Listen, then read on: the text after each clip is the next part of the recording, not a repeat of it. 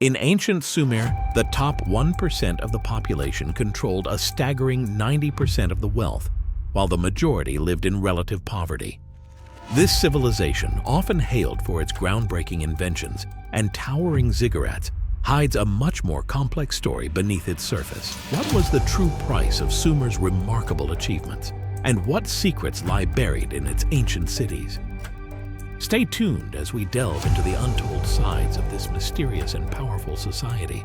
The Sumerians are often celebrated for their incredible innovations, writing, irrigation, and the wheel, to name a few. But behind these triumphs lies a society where wealth and power were concentrated in the hands of a few, leaving the majority to toil under harsh conditions.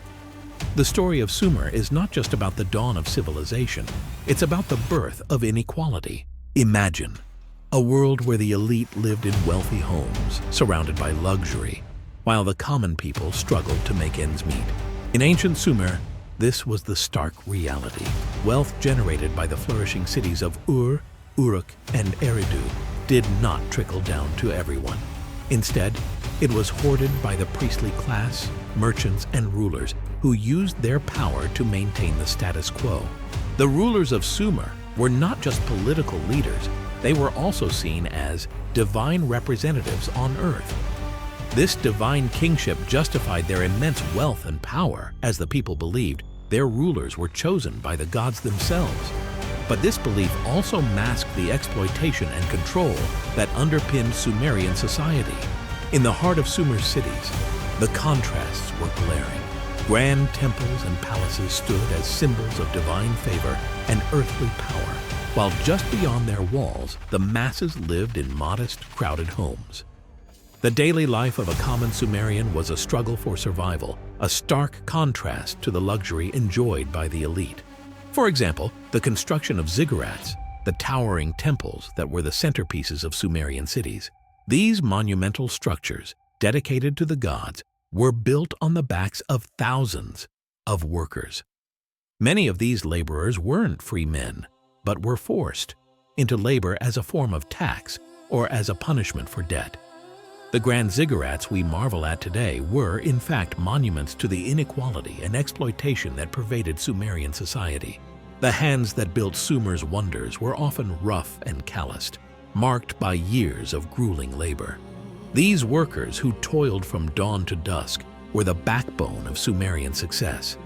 Yet they reaped little of the wealth they helped create. Instead, they were left to eke out a living, their contributions largely unrecognized by the society that depended on them. The Sumerian economy was built on the labor of the many, but the fruits of that labor were enjoyed by the few. Overseers ensured that workers met their quotas, and any surplus produced was claimed by the ruling class. Grain, the lifeblood of the Sumerian diet, was often stored in temple granaries, controlled by priests who decided its distribution. Religion played a crucial role in maintaining the status quo. The priestly class was incredibly powerful, controlling both the spiritual and material wealth of Sumer. Temples were not just places of worship, but were also economic centers, owning vast amounts of land and resources. The offerings given to the gods often enriched the priests more than they did the deities they were meant to honor. For many Sumerians, the act of giving to the gods was a deeply ingrained tradition. Farmers who worked tirelessly to produce crops were expected to offer a portion of their harvest to the temple. This ritual, while seen as a form of devotion, was also a means of control, ensuring that the wealth generated by the lower classes flowed upward to the religious and political elite. Inside the grand temples, the wealth of Sumer was meticulously recorded and guarded. Granaries were filled with the fruits of the laborers' efforts, and the priests ensured that everything was accounted for.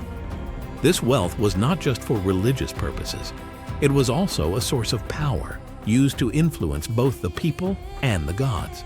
Even the fertile lands of the Tigris and Euphrates rivers, which provided the lifeblood for Sumerian agriculture, were often controlled by the elite. Land ownership was a key source of wealth and power, and those who owned the land held immense influence over those who worked it. Many Sumerians were tenant farmers, working land they did not own, subject to the demands and whims of their landlords. For the tenant farmers of Sumer, life was a constant struggle. They were at the mercy of the landowners, who could demand high rents or force them into labor. These farmers worked tirelessly to grow crops on their small plots, but much of what they produced was taken as rent, leaving them with little to sustain their families. In the markets of Sumer, the disparities in wealth were clear. Merchants and traders who controlled the flow of goods and money could amass significant wealth. But the farmers and craftsmen who provided the goods often received only a small fraction of what their labor was worth. The economic system was heavily tilted in favor of those who controlled the means of trade, leaving the producers at a disadvantage.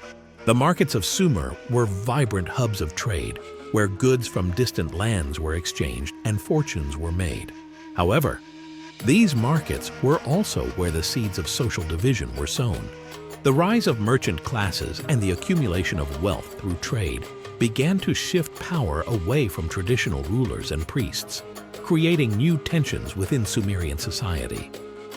This growing merchant influence would eventually challenge the established order, setting the stage for conflicts that would shape the future of the region.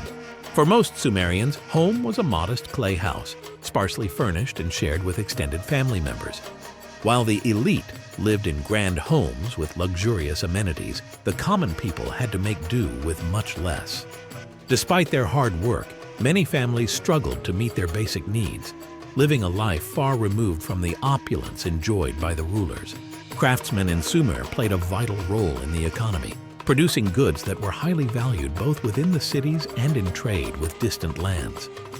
Yet, despite their skills and contributions, many lived humble lives, their earnings barely enough to support their families. The wealth generated by their labor often ended up in the hands of merchants and nobles who controlled the distribution and sale of their goods. Justice in Sumer was also a tool of the elite. The legal codes, like the famous Code of Ur-Nammu, were among the earliest known attempts to create a standardized set of laws. Written around 2100 to 2050 BCE, this code introduced principles such as monetary fines for certain offenses and protections for widows and orphans. However, despite these progressive elements, the laws were often biased in favor of the wealthy and powerful. Punishments for crimes varied based on the social status of both the victim and the perpetrator, with the poor often receiving harsher penalties for lesser offenses. This system perpetuated inequality, ensuring that the rich stayed rich and the poor stayed poor. The legal system in Sumer was one of the earliest examples of codified laws, but it was far from impartial. The wealthy could often manipulate the system to their advantage, using their influence to secure favorable outcomes. For the common people, the law was another tool of oppression, used to maintain the social hierarchy and keep them in their place. Debt was a common issue in Sumer, and those who could not repay their loans often faced severe consequences. Debtors could be sold into slavery and their families torn apart as a result. This harsh system of debt enforcement further deepened the divide between the rich and poor, as the wealthy could easily exploit those in financial distress. And then there were the famines and droughts, natural disasters that hit the poorest hardest. While the elite could stockpile resources and weather the storm, the common people often faced starvation. The vulnerability of the lower classes in the face of such crises only deepened the divide between rich and poor, a divide that was as much a part of Sumerian society as the very soil they tilled. During times of drought, the situation became even more dire for the common people. Crops withered and food became scarce, leading to widespread hunger. Those who had no reserves were forced to rely on the charity of the temples. But even this was not enough to prevent suffering. The elites, who controlled the food supplies, often used these crises to tighten their grip on power, offering aid in exchange for greater loyalty and control. In some cases, the only option left for those affected by famine and drought was to leave their homes in search of better opportunities elsewhere. Entire families would migrate, carrying whatever possessions they could, in the hope of finding a more stable life. But the journey was fraught with dangers, and many did not survive the harsh conditions they faced along the way. Over time, the disparities in wealth and power contributed to the decline of Sumer. Internal strife, external invasions, and economic troubles all played a role, but at the heart of it was a society that had grown too unequal. The concentration of wealth and power in the hands of a few made Sumer vulnerable to collapse, as the majority of its people had little reason to defend a system that did not serve them. The once great cities of Sumer eventually fell into decline, their grand structures crumbling into ruins. The social and economic systems that had once supported the civilization became its undoing, as the gap between the rich and poor grew too wide to bridge. In the end, Sumer's success carried within it the seeds of its own destruction. So, what can we learn from the dark aspects of Sumerian wealth and success? In many ways, the story of Sumer is a cautionary tale. It reminds us that the pursuit of wealth and power, without regard for the well-being of all, can lead to a society's downfall.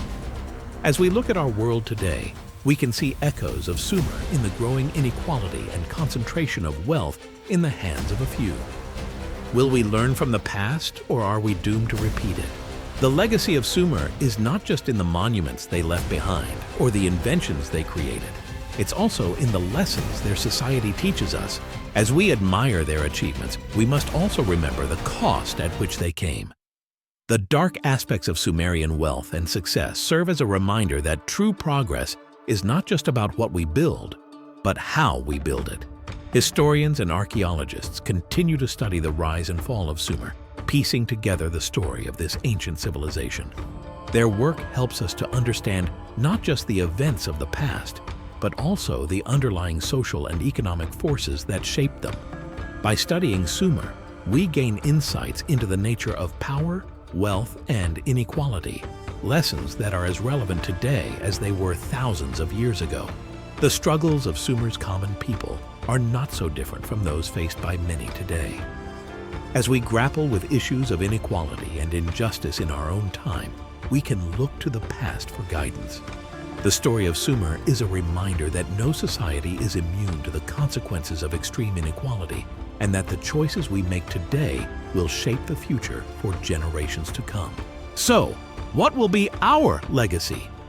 That's a question only time will answer, but it's one worth pondering as we navigate the complexities of our modern world.